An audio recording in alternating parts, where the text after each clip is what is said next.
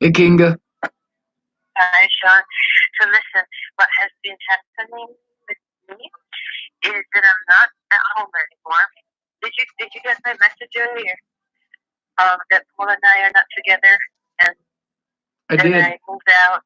Okay, so what happened is that things haven't been going well for like a really long time, but I wasn't really complaining, but it has been falling apart for a long time. And back in January, I decided to get a divorce. So, starting that process, and the courts are closed because of the plague and all.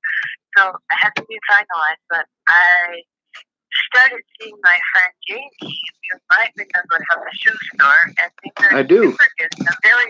Did you? Okay. So yeah, they're very much in love. And it's in his place, but he has a crazy, unhinged lunatic of a roommate who's might be trying to, hurt us. And so I'm outside, and so if I have to go in, like, I'll probably have to go in like 10 minutes, but then I will call you back tomorrow because we have to sort of take care of some stuff because of this guy, the porter, and just found out that he has a violent history of choking people out. I'm sorry. I came downstairs because I was gonna try to grab part of a tobacco light. I got an aluminum pipe that I put the remains of a cigarette in. Yeah, a few of the people that I've had to stay with since Natalie have a history of abuse against me.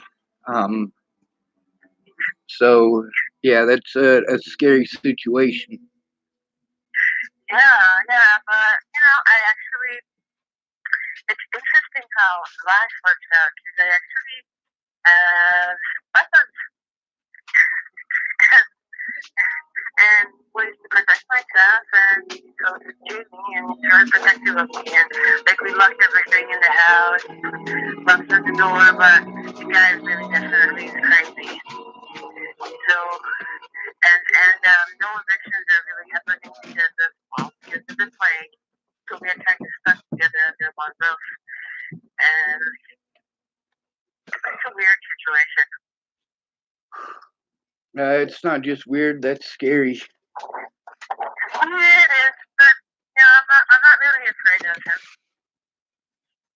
But I, I would prefer not to engage in that sense. That I mean, might hurt someone if you don't have to. See, that's the way I look at it.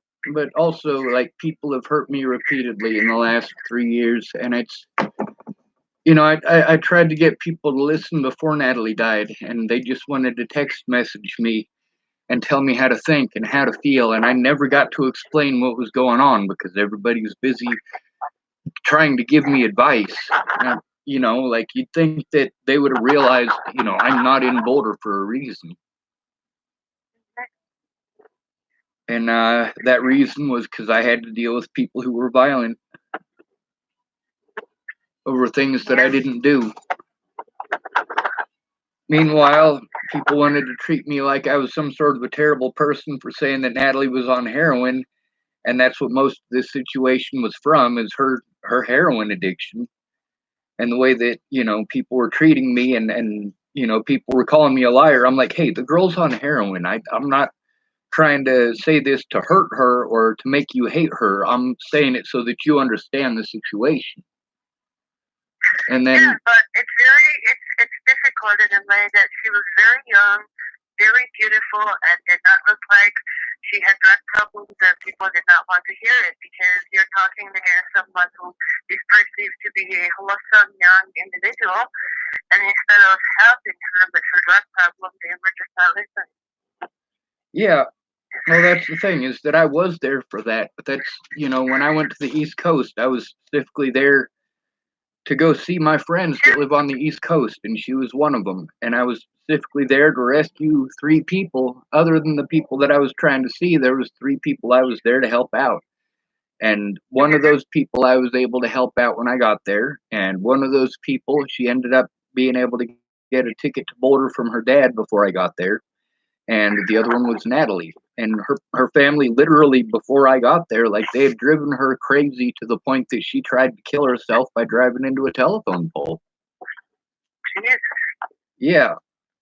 So she called me up. She called me up that day that she drove into the telephone pole. She called me up and she said, "Sean, if you're not already on the way, I'm gonna kill myself." And then fucking like 6 hours later, she drove into that tree or that telephone pole. She even sent me pictures of it, you know? But that And was such a mess, and it's not, sometimes you really can't change how people's lives turn out, and you're like, right. I have a feeling that you're still beating yourself up over what happened to her. It's not that I'm beating myself up over that. It's that the abuse hasn't stopped, Kinga. The police did a lot of really messed up things before and after she died. They've done everything in their power to try to hide the fact that they just simply didn't do their jobs.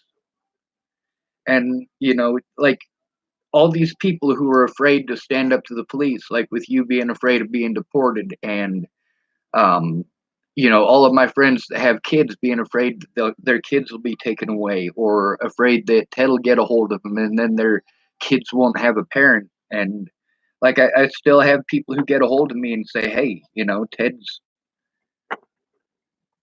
Alicia." And then I don't know about the other things, but like, I don't know anything pertaining to this situation that would be entirely helpful, and I know how this can be an all-consuming thing, and up till this point of everything stopping because of this disease, I have been working like crazy 7 days a week nonstop, and I couldn't be too helpful if I wanted to, because what how do you participate in someone's legal case that you know is going to be really like a time consuming thing if you're constantly fighting against the current of like staying afloat and keeping up with everything. Well, That's another thing, that everyday stuff, and that it's not that people are wicked and unhelpful, but everyone's selfish in a way that they want to keep themselves afloat and their lives afloat, and they want to be helpful, but they're not willing to give up their regular lives for it. And I am definitely guilty of that. well, the other thing is like people coming forward and even saying that would have been helpful, but the police, they wouldn't take a report from anybody except the ones who were out to get me. And then I get treated like I'm paranoid or like I'm crazy. And I'm like, no, they won't take a report. I try to let them know about all of the stuff that's going on and about all the threats. And they're like, oh, well, this isn't in jurisdiction. Meanwhile, none of the stuff that I had to deal with was in any of the jurisdictions that I had to deal with it in. They literally broke the law repeatedly and then told me that they couldn't do those things. And they did those things for other people. They did those things for the people who hated me. And they allowed those people to play head games repeatedly. And then they tried claiming that people didn't want to help me probably because of the way that I act. And I'm like, no, that's not it at all. But my public pretenders just simply wouldn't do their jobs.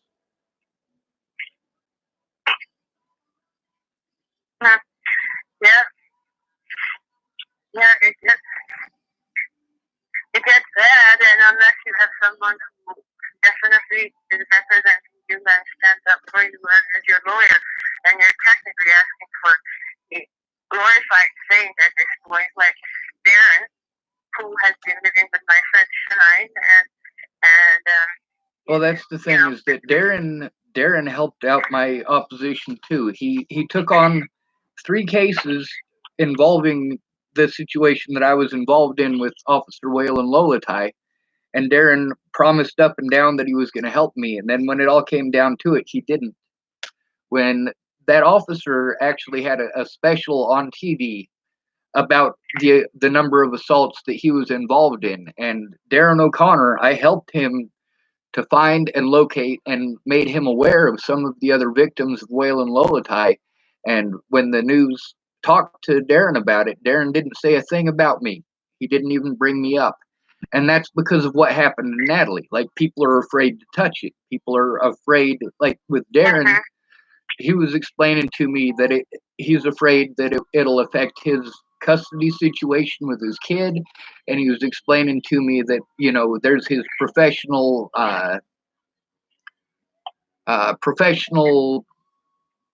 um,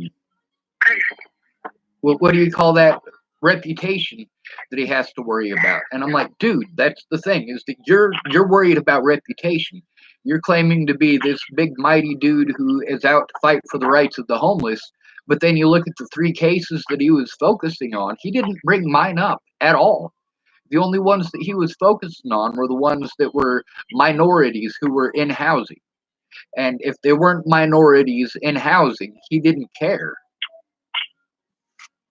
See, even and when it comes down to that, you'll find that everyone has faults, and that it's not going to. I don't know the solution, because I have thought about this long and hard, and and I can't really dedicate the time and the resources to make a difference in your legal situation, and I don't even know anyone who can, and I don't know where that leaves you. And honestly, I don't know where that leaves. Like, and I don't think that necessarily makes people bad people. Like, Darren is a good person.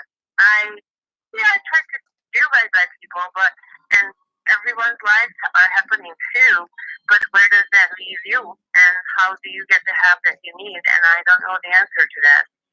And that's the thing, is that I have these disabilities. I have documentation of these disabilities, and the people that he helped, he didn't help the homeless. I mean, he didn't come forward with the things that he said that he would. He didn't work with me on the things that he said that he would.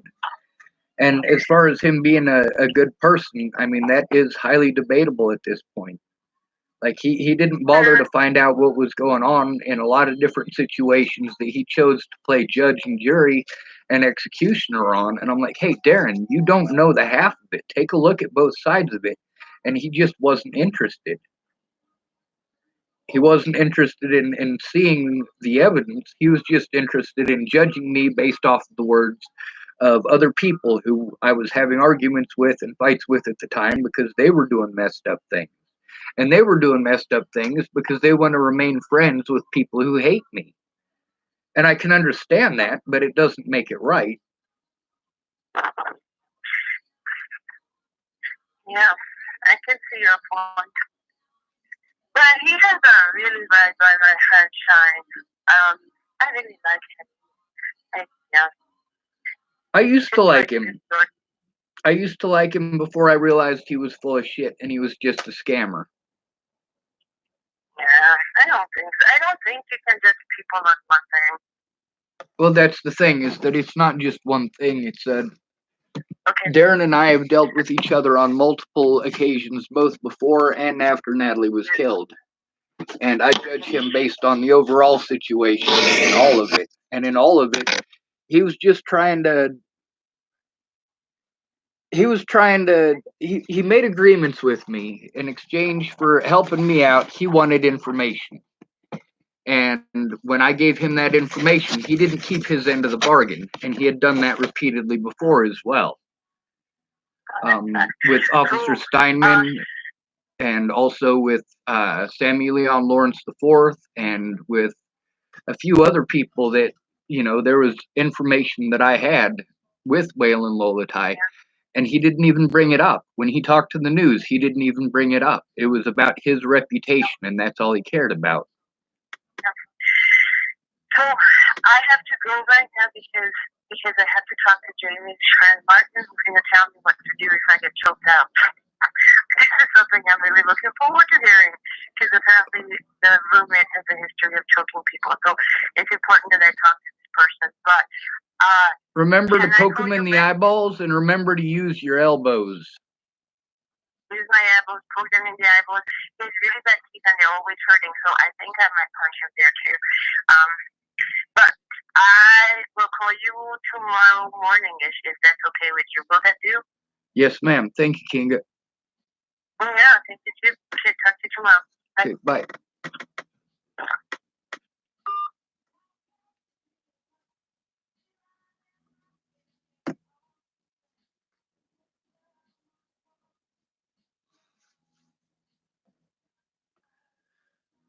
until Natalie disappeared. Well, actually, until about 5 months after Natalie disappeared.